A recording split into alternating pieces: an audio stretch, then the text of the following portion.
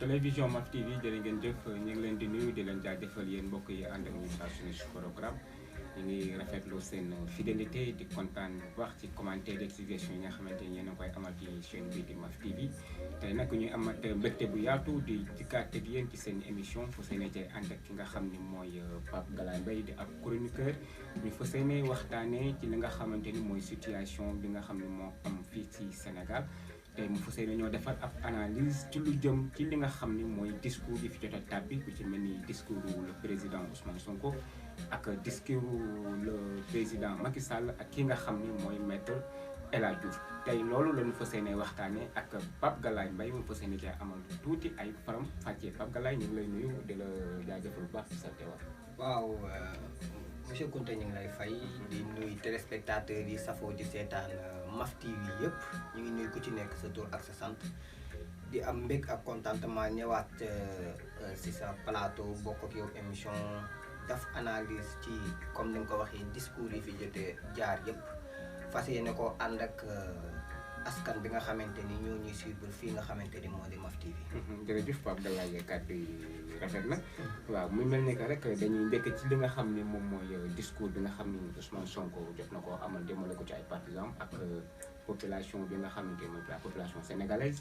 bi mu jugee ci loxo ki nga xamante moom mooy justice. bi mu génne def na ab benn discours tey discours boobu ana rek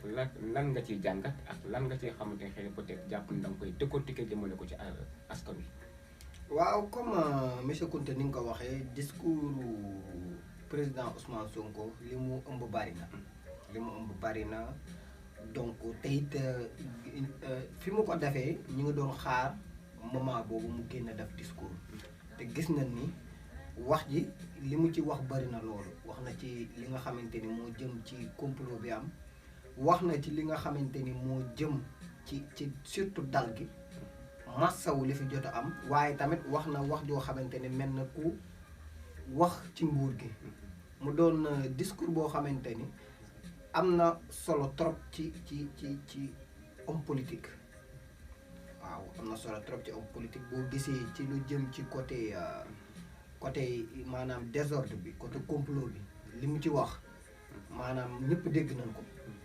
li nga xamante ni tamit wax na ko ci mu jëm ci nguur gi avertissement yi yëpp li mu wax ni nguur gi dootuñu ko toléré du Ousmane Sonko moo ko wax mais population bi ñoo ko wax moom maanaam message bi population bi wax moom ci loolu la doon moom la leeral te li mu wax am na ci plein droit parce que homme politique la ba pare opposant la ba pare dafa wax ju ko soxla réew mi mais li ñu gën a amoon solo ci wax ji mooy toujours bu waxee da ngay xam ne kii waxam wax ju tegu la wax ju jaar yoon la waaw wax ju jaar te luñ ko mën a nangul la voilà. mais ci ay biiru kàddu mi nga xam te jot na ko yëkkati l'autre jour bi muy def discours bi est-ce que tamit amoo jàngatoo ci tuuti ni Ousmane Sonko mi parewul pour bàyyi li nga xam te moom mooy combat bi mu mën a actuellement nii demale ko ak pouvoir. non du Ousmane Sonko xam nga cool yi keroog maa la koy wax cool yi du Ousmane Sonko peut-être dafa porter voix bi xam nga tey jii mbooloo moo gis faa mu am ku leen jiite maanaam tey population bi peuple bi li mu soxla woon maanaam leader politique bi mu soxla woon maanaam Ousmane Sonko da cee wane en tout cas ci ni muy doxee gis na ni peuple du Sénégal leader bu mel noonu la bëgg te it ñi ngi koy ñaan man li ma koy wax mooy que ni chaque jour moom dafa war di seetaan image yi parce que peuple bi ni nu wàccee xeex moom bu peuple bi li ci ëpp ànd ak moom surtout les jeunes xam nga jeunesse gis nga jeunesse fu mu féete rek foofu yaa quelque chose te gis nañ ni Ousmane jeunesse bi ñoo ànd ak moom voilà te mu doon discours boo xamante ni tamit discours bu aw yoon la discours bu aw yoon la. discours bu aw yoon keroog tamit ci bés boobu ñu ngi gis ni même bu ñëpp ñëwul it gis nañ ñi nga xam ne ñoom ñooy ñu woote les opposants lu bari ñëw nañu. wuy su ko. ngir dooleel ko ngir jàppale ci li nga xamante ni moom mooy combat bi muy ànd ak di ko xeexal ngir li nga xam ni mooy la souveraineté la démocratie la liberté la cohésion de l'intérêt général loolu tamit ana noo koy jàngati. waa gis nga foofu man dama contre ni ñëwul woon parce que boo xoolee ña fa ne ay leader politique yu mag la ñenn ñi ñoo njëkk Ousmane Sonko ci politique boo xoolee moom moo ci mujjee dugg mais combat bi ñoom ñenn ñi danoo xam ne lii du combat Ousmane Sonko combat peuple bi la kon jàpp naa ni képp koo xamante ni ñëwoo woon ci daje boobu te nga ne opposant la réew mi ñorul c'est intérêt bopp la ñor parce que y a des personnes yoo xamante ni keroog gis nañ leen ñuy ay leader yu mag ay Khalifa Sall ay Barthélémy Dias ah ay Bougane Gueye Dany toujours maanaam ña fa daje woon toujours boo xoolee ay jeunes politiques yoo xamante ay jeunes politiciens lañ yoo xamante ni réew mi mën nañ compter ci ñoom parce que ay jeunes woon ba pare politique bi nga xamante ne actuellement moom la ñu soxla ñun muy politique de développement encore une fois loolu dama bëgg ñu xuus ci politique pitié bi lan war a arrêté politiciens yi taxawaay pitié bi ñuy taxaw lan war a arrêté te wuti programme ñun danoo soxla politique de développement suñu recherche yi ñu am nan lañ ko mën a utiliser ba réew mi développé maanaam impôt yi ñuy fay ak yenn sociétés yoo xam duñu fay impôt lépp ñu teg ko ci yoon parce que ñun danoo soxla politique de développement les jeunes danooy dox ci politique de développement te boo déggee la message Ousmane Sonko ak yenn ñu mel ne moom ay Bougane ak d'autres seen message toujours day wax ci développement te ñun loolu lañ soxla. encore une fois dañu sonn ci politique picc yi wala damaa dem président Abdoulaye Wade di ma néewal doole jooy fii jaay fa nit ñi loolu dañ cee maar on naa ne maar xam nga lu ñu soxla ay programme lépp loo xamante ne tey jii nit ki da koy ñëw teg ci table bi ne man kat bu ngeen ma falee dinaa dox ci lii ak laa nga xam ne yow bu la faree automatiquement da ngay dem dox ci loolu ak loolu ba nga xamante ne li nga ci mën di nga ko def. bu ko kii dafee kii def ko kii def ko def ko au fur et à mesure réew mi day gën a jëm kanam mais du dellu ci guute gi mu nekkee. kon gis nga daal ak Ousmane Sonko ak idéologie ak programme jàpp nga ni tey bu demoon ba wuutu réew mi gis nga ni war na mën a am tuuti ay changement. bien sûr xam nga lu tax peuple bi wane na ne. peuple bi keroog wane na ne loo xamante ni politiciens yi toogagul ñoo gën a am problème parce que peuple bi wane na ne dootuñu bàyyi kenn sa loxo ak nguur gi ngay def loola neex loolu moom peuple wane na ko c'est fini donc kon ku fiy ñëw na nga am programme bu la leeree ne amoo programme demal nga wuti programme parce que réew du ay foo moo ko yor réew du ay tappale moo ko yor réew du ay naxa sa xandak moo ko yor réew da ngay am programme xam ci lan ngay dox xam ci lan ngay wax te foofu maa ngi fay encouragé waa jeunesse bi que ni nañ gën a xamaat li nu am lii bu nu nangu ko ñu ko yàqal bu ñuy fal ñu xool ci naka la ñuy fale voilà bu ñuy xool ci naka la ñuy fale loolu lu am solo la waaye tamit dañuy xuus rek jàll ci li nga xam ni moom mooy discours président Macky Sall muy mel ne comme moom it le même jour bi Ousmane Sonko génn def discours am demale ko ci ay partisans ak askan wi moom it génn ci guddi gi amal benn discours waaye mi mel ni que fi ko gars yi doon xaare ak fi mu fël daal xaw na am tuuti waroo woo xamante ni daal bëri na ay polémique après loolu an tamit ana ban analyse nga ci def discours bu trop tard foofu discours bu trop tard la ñuy wax gis nga dafa am discours gis nga même bu fa waxoon lu am solo gars yi duñ ko déglu duñ ko gëm gis nga président ci coow lii am war na xam ne ñi ko wër ñoo ko yàqal président Macky Sall ci coow lii war naa xam ne ñi ko wër gëmuñu ko seen intérêt bopp moo leen fa teg parce que amul kenn ku jël responsabilité taxaw défendre peuple bi ñépp a ko seetaan ci coow li xanaa ministre de l'intérieur am ak ministre de la justice bi nga xamante ni ñoom maanaam danoo ñëw fekk taal buy tàkk ñu jël essence dolli ko ci bu dul ñooñu ñaar ñooñu ñëpp dañ koo seetaan. ndax sax boo suivre li nga xamante ni ñoom jot nañ ko fee amal. li président bi wax gars yi doon ko xaar ci côté bi mu fële fee di wax defaat ay promesse yoo xamante ni jotoon nañ ko fee dégg. ki nga xamante ni mooy ministre de la justice. maître Malick Sall. génn moom ñu invité ko fi nga xam ni moom mooy France 24. mu amal wax joo xamante ni fi mu toll nii xaw na yëngal ñu bare ndax dafa ni ñi ñëwoon ci manifestation bi di manifester ñooñu ay mbër la yoo xam ne dañ leen a privé lutte ndax situation Covid bi. kii nga xam ne mooy ministre de l'intérieur Antoine Félix Diome moom bi mu génnee waxul loolu dafa ni ñii ne woon ñooñu ñu leen di woo ay nervi ñooñu duñu ay nervi ay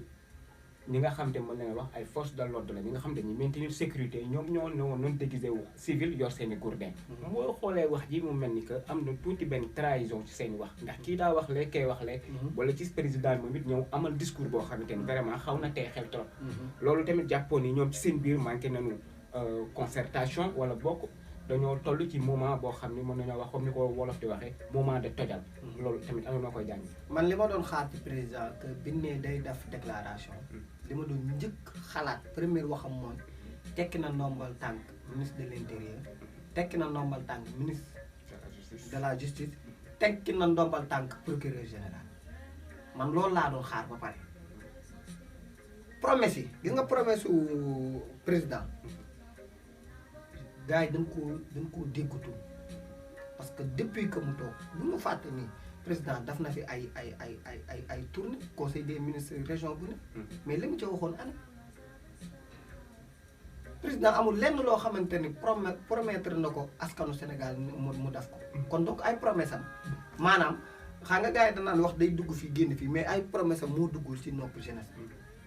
comprendre te jàpp naa dafa trop tard fi ne nii moom li mu war a def moo ñii nga xamante ni ñoo ko dugal ci guute gi mu dalee na war a teggi parce que du ñoom ñoo koy au contraire dañ koy gën a dugal ci pax mi man de fi ma doon xaar discours am foofu la woon ay wàññi couvre-feu bii da ko waroon a dindi minuit 5 heures du matin lan la fa lan moo fa am mais y a rien du tout y a rien du tout nan bàyyi nit ñi ñu doxi seen soxla comprendre nga yii détails yii mu dugg yi yëpp ci discours am wax dëgg yàlla amul lenn loo xamante ni lu dul jaale bi mu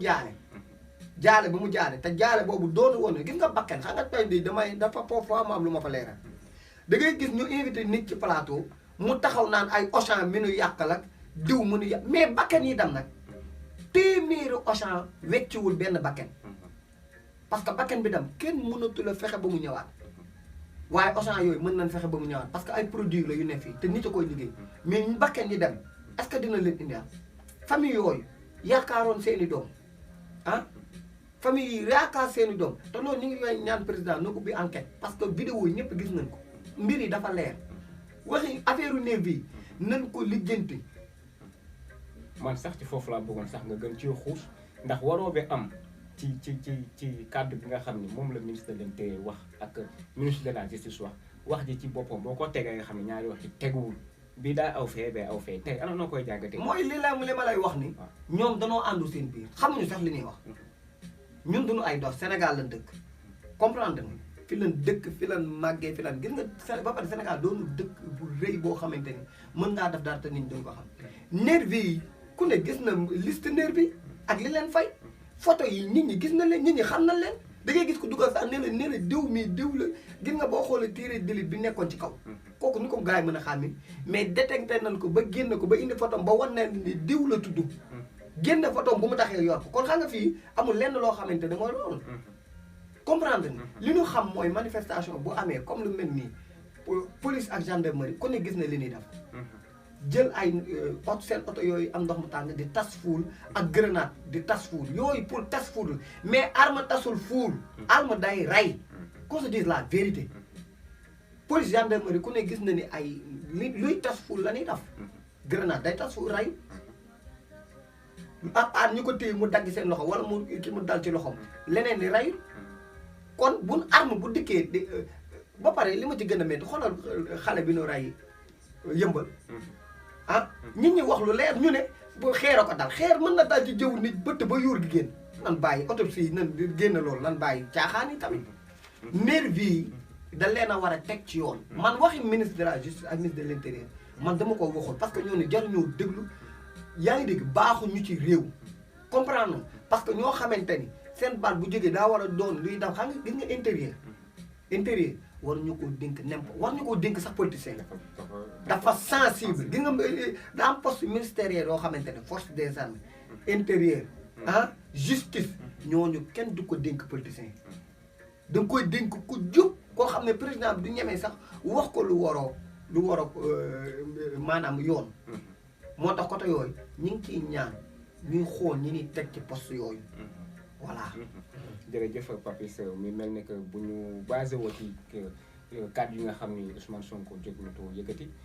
le président Macky Sall aussi moom it discours am bi mu def ak leneen la nga xam ne xëy na sax làqu na ci ginnaaw te xamuñu ko. gis nañu tamit ñi nga xam ne ñoom ñooy waay opposition bi. ñoom it am na ñoo xam ne jot nañoo profité ci situation bi. ngir jéem a ñoom it imposer seen bopp. ngir jéem a samp seen bopp jëmale 2024. ci kaw loolu gis nañ ci kenn koo xam ne kenn dootu ko présenté te ñu Maître El Hadji Diouf génn na moom it amal benn discours. wax xeetu wax yoo xamante ni tamit boo ko déggee ba ci biir daal boo deful nank mën na indi problème ci askan wi. ndax fayul dafay xamb. waaw loolu ana noo koy jàngate. waaw la xam nga la cas de El Hadji Diouf ak ñu mel ni ñooñu dañoo jar te déglu. ñoom wej na El Hadji Diouf mooy nit koo xamante ni maanaam. benn weer mën na cee moom comme kuy def tournée genre nit yi mel noonu ñoo jarte déglu jar ñoo gis nga man conférence de presse bi démb presse bi laa ci balaa mi gis nga presse daam fu réew di toll da ngeen di xam nu ngeen di defee bëgg ay vues ak bëgg ay nit gis la jaru yenn nit yi ñu leen di dégg micro loolu yàgg naa ko fi wax du tey genre El Hadji Diouf bi yàgg naa leen wax ñii dañuy taalum réew koo xamante ni amul destination danaa nii gis nga Maître El Hadji Diouf Abdoulaye Wade président Abdoulaye Wade moo ñu tooñ moom mi ko def ministre moom moo ñu tooñ mais ab Maître El Hadji Diouf ku koy xool di ko dénk kër waxuma la ba koy dénk maire ba mu naan day doon président koo xamante ni wax xoolal démb li lay war ni xam nga li lay war ni moom dafa dugaloo nan nga mën a taxee di accuser jeunesse su Sénégal naan dañoo xiif naan ay pauvre lañu xam nga loolu lay wan ni kii wérut boo ko déggee muy wax El Hadji Diouf boo ko déggee muy wax da ngay xam ni kii wérut àndut ak xelam lisutul genre nit ñi mel noonu nag dañoo ëpp di invité ci plateau genre nit ñi mel noonu dañoo ëpp di tàllal micro genre nit ñi mel noonu dañ leen a war a rey xam nga lan nga leen di rey doo leen lijjanti suñuy wax seeni wax jarul di publier jarul ngeen leen di teg ci plateau parce que waxuñu dara loo xamante ne day jëm a réew kanam mais day jëm a réew ginnaaw mais El Hadji Diouf li indi coow yi moom ci la bokk mais gisoo ni moom it tey jii buñ ko tabbee ci foofu réew mi waaw tab comme ni ma waxee démb ci discours am gisoo ni xëy na peut-être changement mën naa am moom El Hadji Diouf dëgg la Maître El Hadji Diouf bu demee élection présidentielle bu amee benn voix ki ko votel dañ ko war a tëj mais candidat la mais tamit candidat la te am na droit tamit aspiré doon ki nga xam te ne xëy na peut-être ëllëg nga mën a doxal Sénégal El Hadji Diouf El Hadji Diouf moo la gën a xam ne moo la gën a xam ne maire moom xaw ma sax fu mu dëkk moom xam El Hadji Diouf la kenn xamul fan mooy base am moom nit da ngay am base d'abord kon ba mu El Hadji Diouf kenn nawloowu ko mascotte la amul loolu réew mi njëriñ te ëpp na genre nit yooyu man dama koy wax du benn du ñaar du nit fii réew mi toll journaliste yi na ñuy xool ñi ni tàllal seen micro yaa ngi dégg na ñuy xool ñi nga xamante ni bu ñu waxee réew mi dina gën a am jàmm parce que ñun dañu soxla jàmm yàq yi am ci réew mi doy na comprendre soxlaatuñu ay moor nan noppal suñu police bi ak suñu gendarmerie bi danoo sonn dañuy def ba def lu ñu bëggul kon donc jamono ji presse bi si jëmee boppam na ñuy xool xeetu nit yi ñuy tàllal seeni micro xam nga ne El Hadji Diouf ku dégg waxi démbam bi xam ne kii ëpp na sax di tàllal micro. waaw mais loolu mooy politique kenn. non fii réew mi toll nii soxlawuñu genre yi moom moo la gën a xam ne El Hadji Diouf moo la gën a xam ne moom du jël xaalisam di ko def ci pour déposer candidature comprendre nga la ko nit ñi nawee woon da kaa wàcc da koo wàcc gis nga ni da ngay dëggu te loo wax nga assumé ko man bu ma demee tey jii ba lay jugé Kounta bu ma xasee ba jugé ni ko bon nga boo doon xëy di maye di tabax ay junni jàkk damay jàpp ni ko bon nga wax nit nan bàyyi wax waxeet El Hadji Diouf moom du yem fi wax waxeet nii lay def nii genre ni ñooñu ëpp na loolu déglu ba pare ay waxam boo ko déglu da nga xam ne kii wérut kii mooy loolu quoi. dafa gis ni fi situation bi toll ñu bëri wax ñu wax apaisement tey ci biiri waxam démb dégg naa ci mu wax ni Ousmane Sonko le criminel c'est un criminel il va payer tey wax jooju tamit est-ce que jàppoon ni mën na doon loo xam ni dafay tojum réew wala xëy na peut-être Ousmane Sonko mën na ko poursuivre mën na koo topp ci wax jooju noonu tey di ba mu am problème j'en suis sûr et certain que ci ki nga xam ne yow da nga taxaw ne candidat nga pour 2024. moo wax la dara moo wax la dara mooy président moo wax la dara képp koo xamante ni da ngay xalaat te réew mi ñor la ay discours kii doo ko déglu kii mii xam naa bu ñuy poursuite bu nee day poursuite Ousmane Sonko bés bu yoree réew mi moom lay doon loolu la wax bu yoree réew mi lay ko dina ko poursuite waaw nan toog di ko xaar ba xeroon mooy yor réew mi di ko poursuite xam naa du àdduna ji xam naa yàlla daf ñuy créer beneen àdduna moom ba mu jiitee réew mi pour poursuite nan ko bàyyi foofu quoi jarul déglu daal kooku moom wax dëgg yàlla doon na koo xamante ne amelul réew mi avancement jarul déglu comprendre nanu wax ci loo xamante ne day indi jàmm comprendre président tamit li ñu koy ñaan mooy manifestation yi nay wax préfet mu koy nangu ci région bu mu mën a doon ñuy di def seen manifestation comme ni ko gars yi bëggee jàmm am ñu encadré ñu wax li ñu war a wax te it li ñuy wax mu dégg ko comprendre li nga xamante ne da ciy jëriñ askan bi mu appliqué ko te di ko ñaan tamit lii da nga koy ñaan président ñi nga xamante ni jàpp na leen ci manifestation yi nañ leen bàyyi parce que ñu ngi dégg boobu ba tey ñu ngi traqué ay nit di leen jàpp ñu ngi leen di naan ne ñu jàpp leen amulu ko benn njëriñ moom moo ne day woote jàmm day woote apaisement na bàyyi nit ñi mu jot a jàpp na leen bàyyi ñoom gii na leen bàyyi ñoom maître Clédor na leen bàyyi Assane Diouf na bàyyi ñëpp comprendre na bàyyi ñëpp que lii mandaam lii ko def si mandaam mu gouverne ko ak kii bu dal comprendre nga Sénégal gars yi dëkku yërmande la comprendre bu mu def loo xamante ni li ko def ci mandaam dafay jóge ñu koy poursuivre man de ñaanu la ma ko loolu bëgg naa moom ba fiy jóge ni fi maître Abdoulaye Wade jóge ni fi Abdou Diouf jóge mu jógee fi noonu doon président boo xamante ni heure boo ñëwee heure boo dugg sa réew ñu teeru la aéroport ba sa kër ñun de loolu lañ koy ñaan waaw foo dem ñu lay ndamoo maître Abdoulaye Wade de gis nga ni ñu ko fi jëlee mais tey jii ñu bëri ñu ngi commencé di réccu ñu nit noonu lañ bëgg a mel ci moom na doon nit koo xamante ni bés bu fi jógee kenn du ko topp kenn du topp njabootam kenn du topp dara mais lii nii parce que lu ñu ko toppee gars yi am na lu ñu toppee léem te lii nii bu continuer nii mën na dem ba jur loo xamante ni maanaam day doon loo xamante ni lu mës a xew ci réew mi voilà te muy déglu kilifa diine ay nit lan yoo xamante ni lu dul jàmm doxuñu ci réew président fii Sénégal li ko doon may jàmm mooy njiitum réew yi dañ doon déglu kilifa diine suñu kilifa diine boo leen ñàkkalee fayda rek askan bi bàyyi parce que ñoom lañu yaakaar voilà. jërëjëf Pape Galaye message bi am na solo mu mel ni que dugg fan nga ñu faram-fàccee ci discours yi nga xam ne jot na fee tàbbi fan yi ñu génn. tey ci kaw loolu rek dañuy amaat beneen jàngat bu ndaw bu ñuy def bu parallèle. jëmale ko ci nga xam ne moom mooy la situation socio-économique du Sénégal. tey boo xoolee xew-xew yi fi jot a jaar depuis bi fi pandémie bi duggee ba léegi nii. ak yeneen yi nga xam ne waaye politique jot nañ ko am suñu réew mi di Sénégal gisoon situation socio-économique bi nii maanaam suñu wàllu économie. koom-koom bi ni nit ñi di nekkee dundin gi xawul am tuuti sooxe te tey buñ ci bëggee génne ana ban yoon ngay tey jii xëy na peut-être jéem a joxe comme suggestion ngir ñu jéem cee tegu mun a régler li nga xam ne moom mooy problème boobu. mais boo xoolee man chronique yi ma def yëpp amul chronique bu ma defu te waxuma ci situation boobu parce que ñun ñiy dugg di xool yenn kii ndaw yi xam na ni dëkk bi am na problème Sénégal amatul dara